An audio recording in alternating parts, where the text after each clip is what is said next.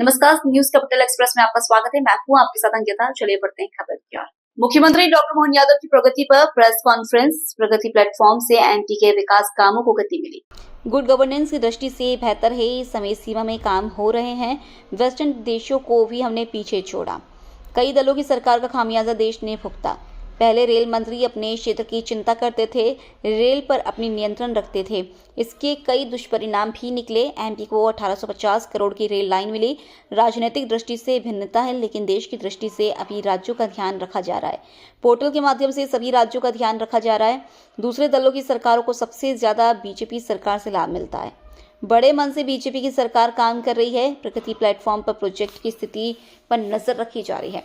प्रदेश की 108 परियोजना पूर्ण हो गई है। 108 परियोजना पर काम चल रहा है।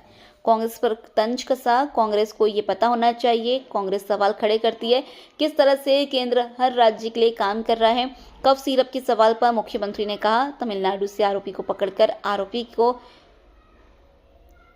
एमपी के जेल में बंद है। यह एमपी की प्रशासनिक व्यवस्था का नतीजा है। अब हर जिले में लैब भी खोली जा रही है। जांच की क्षमता को भी बढ़ाया जा रहा है। प्रदेश में सीएम पोर्टल भी शुरू करेंगे। इस पोर्टल से मॉनिटरिंग होगी। एआई का प्रयोग जन कल्याण में होना चाहिए। फूल सिंह बरैया के बयान पर मुख्यमंत्री का पलटवार। कांग्रेस से बोलती है, कुछ करती नहीं है। उनके दल की वो जाने। हमारे दल में जरूर हर वर्ग को स्थान दिया जाता है। द्रौपदी मुर्मू जी को राष्ट्रपति बनाया। छवि दुनिया के सामने बनाना। अब ये हमको लाल किले के ऊपर स्वच्छता के अभियान देते हुए भी प्रधानमंत्री दिखाई देते हैं, लेकिन ये भी हमारे लिए सौभाग्य की बात है कि आज के समय में दुनिया का सबसे बड़ा लोकतांत्रिक देश, और हमने सबने देखा कि आमतौर पर वेस्टर्न देशों को हम बड़े मॉडर्न और बहुत आगे बढ़ने वाले और जो कुछ है वही कर सकते हैं, हमारे तो बस की बात ही नहीं, हमारे यहाँ कहाँ संभव होगा। और वो इसी का धीरे धीरे करके जो क्षरण हुआ कि आते आते आते संयुक्त दल की सरकारें बनने लग गई। एक दो दल की सरकार के बजाय 24 दलों से सरकारों की तरफ बढ़ गए। उसका दुष्परिणाम क्या आया, हमने सबने देश ने भुगता है। कि आप देखो कि हमारे यहाँ एक या दो रेल चलती थी तो रेल मंत्री कोई राज्य भी हमेशा इस बात के लिए पीछे पड़ते थे कि रेल मंत्री हम रेल मंत्रालय हमको दे दो। क्यों दे दो? तो वो चाहे बिहार हो या बंगाल, एक रेल हमारे यहाँ से चल जाएगी, दो रेल चल जाएगी। अरे एक दो के चल जाएगी, 100 चल जाएगी। आज बदलते दौर में वो रेल मांगना, रेल मंत्री का बजट का मूल बजट के साथ जोड़ना, वो अंग्रेजों की पद्धतियाँ। ये जो गए जमाने जब अंग्रेजों ने रेल अपने लिए स्टार्ट की थी तो उनने उस रेल के ऊपर अपना नियंत्रण रखा था, क्योंकि उस समय स्टेट अपने अपने बजट से चलते थे, तो रेल का खर्चा भी वो स्टेट से निकलवाते थे, लेकिन ट्रांसपोर्टेशन का पूरा लाभ अपने पास रखते थे, पकड़ अपने पास चलाते थे। लेकिन ये छोटी छोटी बातों पे ध्यान नहीं जाने का दुष्परिणाम क्या निकला। लेकिन आज मुझे इस बात की प्रसन्नता है कि आज हमारे देश के साथ विकास का भी और विकास के साथ भविष्य की आवश्यकताओं का दृष्टिकोण भी कितना युक्ति युक्त होना चाहिए, या इसको ज़्यादा शब्द और प्यूरिफाई बोलो तो तीक्ष्ण होना चाहिए। कि आज मैं जब थोड़े दिन पहले असम की यात्रा से लौट के आया, और असम के अंदर नागालैंड, मिजोरम और ये जो हमने इन्वेस्टर समिट की, तो इस प्रकार से जब उनने बात, वहाँ एक पंजाब के एक सरदार जी आए हुए थे इन्वेस्टमेंट कर लिए वहाँ के मुख्यमंत्री, और उनसे बात करने, तो मैंने कहा आप हमारे यहाँ करो। तो हमने कहा आपके यहाँ क्या दे रहे हो? तो हमने कहा हम भी वही दे रहे, 100 करोड़ की होटल डालोगे 30 करोड़ का आपको अनुदान दे देंगे। उन्होंने कहा ये तो हो गया, अब जीएसटी में क्या कर रहे हो? अब हमारा तो दिमाग घूम गया, जीएसटी में क्या करें हम? तो जीएसटी तो भारत सरकार करेगी, जीएसटी तो जो लगेगी वो तो लेना पड़ेगी। उन्होंने कहा नहीं, यहाँ पूर्वोत्तर राज्यों में भारत सरकार के द्वारा 20 साल तक जीएसटी भी माफ कर दिया। अब ये जो दृष्टिकोण है कि पूर्वोत्तर राज्यों का डेवलपमेंट कराना है, तो उनको ये अलग से और क्या प्रमोशन कैसे देना चाहिए। उन्होंने कहा ये प्लाट और भूखंड और इनकी व्यवस्थाओं की जो लागत और उस सब में भी, तो बॉर्डर के अंदर तक सड़क पहुंचाना, बॉर्डर के अंदर तक रेल की लाइन डलवाना, भविष्य में चुनौती के लिए आने वाले समय में जब देश की सीमा सुरक्षित होगी तो देश अच्छा चलेगा। तो ये जो भविष्य की दृष्टि से योजना बनी, और आज भी ये देखो कितनी अच्छी बात, अभी अनुराग जी बता ही रहे थे कि ये गोंदिया जबलपुर की बात करें तो गोंदिया जबलपुर बोलने से केवल नाम ध्यान में आता है कि गोंदिया जबलपुर है, लेकिन गोंदिया जबलपुर में उसमें जो दूसरी चीज़ देख रहा हूँ कि हमारे पास जबलपुर से आने जाने के लिए आज अपना एक रास्ता है बालाघाट, मंडला, सिवनी से नागपुर, मुंबई, कलकत्ता, चेन्नई सीधे जोड़ने का। अब काहे के लिए इटारसी लाओ बार बार जबलपुर से, नहीं तो हम हमेशा जबलपुर ही आना, जबलपुर इटारसी आना पड़ता था। अब इसके बदले में क्या हुआ, सीधा वहीं से कलकत्ता और चेन्नई और सीधी ट्रेन निकल जाएगी आगे जाकर गोंदिया से। तो ये जो अंदर के रास्ते हैं, जैसे उदाहरण के लिए अभी अपने को 18,500 करोड़ की रेल लाइन मिली इंदौर मनमाड़, तो ये प्रगति पोर्टल का लाभ है कि सीधे यहाँ से अभी वापस रतलाम जाओ, रतलाम से गुजरात जाओ, गुजरात से बम्बई जाओ, जरूरत नहीं, सीधे ही डायरेक्ट मनमाड़ निकाल दी इंदौर से उज्जैन होके। तो ये अपने लिए भविष्य की दृष्टि से एक एक करके कितनी सारी बातें हैं, लेकिन जो मूल बात अपने बीच में है कि राज्यों के बीच राजनीतिक दृष्टि से भले ही हमारी प्रतिद्वंदिता है, मत भिन्नता है, लेकिन देश की दृष्टि से हमारे लिए तमिलनाडु का भी वही महत्व है जो केरल का महत्व है।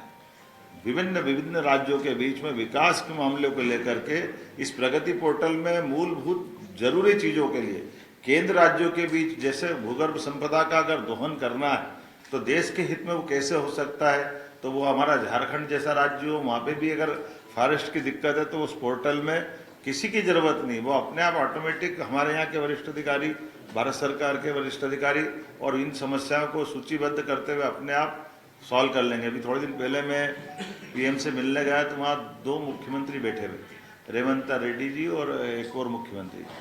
तो हमने कहा आप यहाँ कैसे आए, तो बोले हमारे राज्यों के मसले को लेकर आए। तो हमने कहा ये तो मजाक करी, मेरे परिषद के साथी रेवंता, हम परिषद में पहले थे, आजकल वो कांग्रेस में है। तो हमने कहा ये तुम यहाँ कैसे, अरे बोले साहब आपकी सरकार में सबसे ज़्यादा मदद हमको मिलती है, क्योंकि हमने अपनी प्रक्रियात्मक व्यवस्थाओं में बात करना चालू करी और मोदी जी और सरकार से कोई कष्ट ही नहीं आता। इसलिए उनने एक उदाहरण दिया, मैं वो आपको सबको शेयर कर सकता हूँ। उदाहरण उन्होंने दिया कि ये जो हमारे राज्य का बंटवारा हुआ तेलंगाना और आंध्र के बीच में, तो तेलंगाना में हमारे पास आ गया, हैदराबाद हमारी पुरानी राजधानी है, अब उनने अमरावती नहीं बना दी, तो अमरावती के लिए पूरा इंफ्रास्ट्रक्चर और वो उनको आंध्र प्रदेश को अपना खड़ा करने के लिए मौका मिल रहा है। अब हमारी अपने हैदराबाद के लिए क्या करें, तो उन्होंने कहा हैदराबाद के लिए हमने उसी तर्ज पर 30,000 एकड़ का बड़ा प्लान लिया और बड़े प्लान में एयरपोर्ट से लेके बहुत सारी चीज़ें उनने सब कुछ जोड़ के देखा जो एक तरह से आंध्र वाले कर रहे हैं। तो बोले ये सब इतना पूरा प्रोजेक्ट हमको भारत सरकार की मदद से मिला। तो ये अपने आप में उदाहरण बताता है कि ये राज्यों के बीच मत की जिस दिन सरकार बनती उस दिन अनाउंसमेंट हो गया, लेकिन चुनी हुई सरकार सब एक है, राज्य कोई भी हो, देश तो एक है। ये बड़े मन से काम करना ये उदाहरण है। ये उसी प्रकार का उदाहरण है जैसे केन बेतवा नदी जोड़ो अभियान, अभी अटल जी के टाइम चलना था, लेकिन ये चलते चलते खसकते खसकते माननीय मोदी जी के यहाँ तक आया।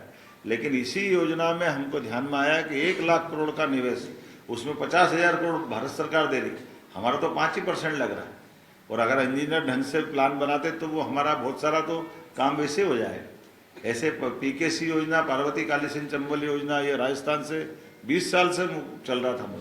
और मजे की बात ये कि इसकी मॉनिटरिंग भी वहाँ से होती है, हम कोई कागज आगे पीछे देने में हो जाए तो उनकी चर्चा होती। और आज ये इसी बात का माननीय प्रधानमंत्री से मिलने जाए या गृह मंत्री से मिलने जाए, तो मिलने जाने में भी हमारे प्रोजेक्ट पहले पूछते हैं कि आपके प्रोजेक्ट कौन कौन से, उनकी क्या स्थिति है, बाद में हमारी अपनी शिष्टाचार की मुलाकात हो जाएगी। तो ये बदलते दौर का समय है और इसके आधार पर निश्चित रूप से मैं मान के चलता हूँ कि अद्भुत समय चल रहा है। ये सारे प्रोजेक्टों की बात मैं दोबारा नहीं दोहराऊंगा, माननीय CS ने रख दी है। और ये खासकर हमारे लिए कार्य संस्कृति का बदलाव का जो समय आया और राज्य और केंद्र के बीच में जो समन्वय हुआ, और मध्य प्रदेश के परिप्रेक्ष्य में केवल आपको ये आंकड़े में ही ध्यान में आ जाएगा कि 108 परियोजना तो पूर्ण हो गई, उसमें 2,61,340 करोड़ की एक सफलतापूर्वक चालू हो गई, और ये 5,24,471 करोड़ की 101 योजना है ये कार्यान्वयन में है और सक्रिय निर्माण चरण में। ये कांग्रेस के मित्रों को जरूर बताना, क्योंकि वो उनकी तरफ से प्रश्न आता है तो जरा बताना पड़ेगा कि ये हमारे केंद्र और राज्य की सरकार का फायदा क्या होता है। आपके राज्यों का कहीं अच्छा आंकड़ा हो तो हम विधानसभा में उसको भी सुनेंगे, लेकिन ये हमारे माननीय प्रधानमंत्री जी के काम करने का तरीका है। मैं तो ये देख के आनंद आ गया, 49% की प्रोग्रेस और 67% की ये जो आपने आंकड़ा बताया है, और इसी के साथ साथ ये लंबी बातें तो क्या है, लेकिन सच में 20 परियोजना अधोसंरचना की पूरी हो गई, 19 कार्यान्वयन में है, 97% की सफलता है।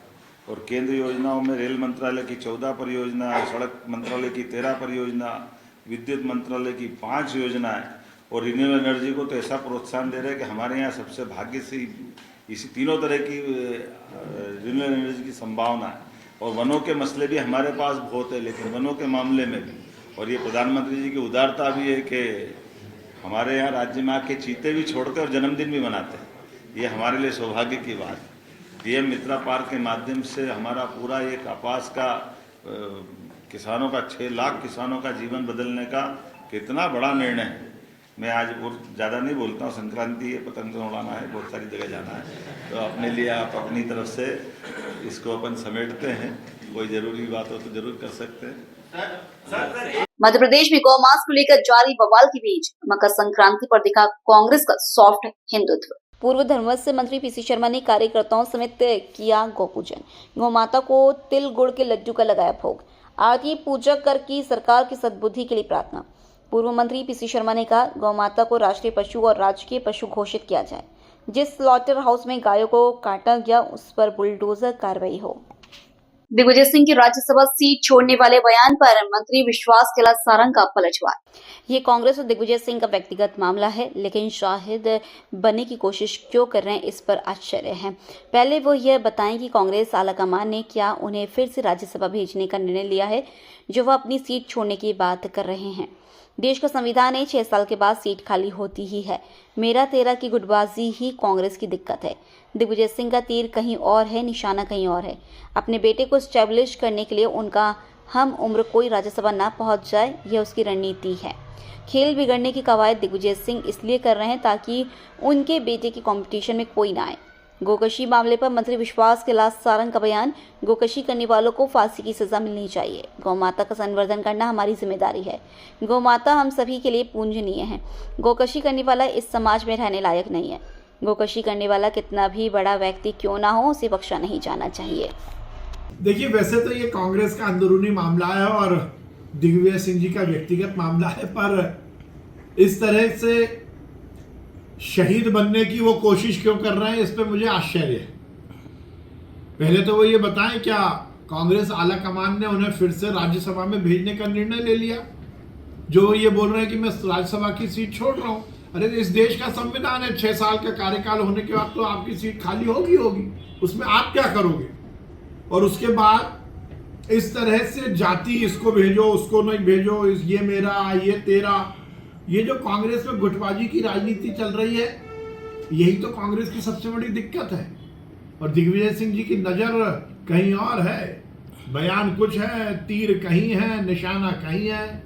अपने बेटे को एस्टेब्लिश करने के लिए उनकी हम उम्र कोई नेता राज्यसभा में ना पहुंच जाए, ये उसकी कवायद है। हम भी खेलेंगे, नहीं तो खेल बिगाड़ेंगे। खेल बिगाड़ने की कवायद दिग्विजय सिंह जी इसीलिए कर रहे हैं कि मेरे बेटे की कंपटीशन में कोई ना आए। वैसे ये उनका व्यक्तिगत मामला है, मैं बहुत ज्यादा लंबी बात नहीं करूंगा, पर यह बात सही है, किसी भी हद तक किसी के भी द्वारा कहीं भी बर्दाश्त नहीं की जाएगी। मैंने तो पहले भी कहा था कि जो गोकशी कर रहा है उसको फांसी की सजा मिलनी चाहिए। गौ माता का संरक्षण संवर्धन करना ये हमारी जिम्मेदारी भी है, हमारा कर्तव्य भी है और हमारी नैतिकता भी है। गौ माता हम सबके लिए पूजनीय है और गोकशी जो करेगा वो इस समाज में रहने लायक नहीं है। मैंने पहले भी कहा था कि जो दोषी हैं उनको फांसी की सजा मिलनी चाहिए, चाहे वो अधिकारी हो चाहे व्यापारी हो, कोई भी कितना भी बड़ा व्यक्ति हो, उसको बख्शा नहीं जाना चाहिए, ना जाएगा। राहुल गांधी भी नाराज थे, ऐसी खबरें आई। अब ये तो मुझे नहीं मालूम, मुझे लगता है कि राष्ट्रीय स्वयंसेवक संघ इस देश का वो राजनीतिक दल है, राजनीतिक संगठन है जिसने इस देश का निर्माण किया है। इस देश के नवनिर्माण के लिए लगा हुआ संगठन है। उसके बारे में तो मुझे लगता है सभी लोग अच्छा ही बोलेंगे। हर समय समाज को तोड़ने की कोशिश की है, समाज में विघटन पैदा करना, फूट डालो और राज करो की नीति पर चलना, ये कांग्रेस की पुरानी आदत है। मुझे लगता है इस तरह की बातें करके हिंदू समाज को तोड़ना कहीं से भी उचित नहीं है।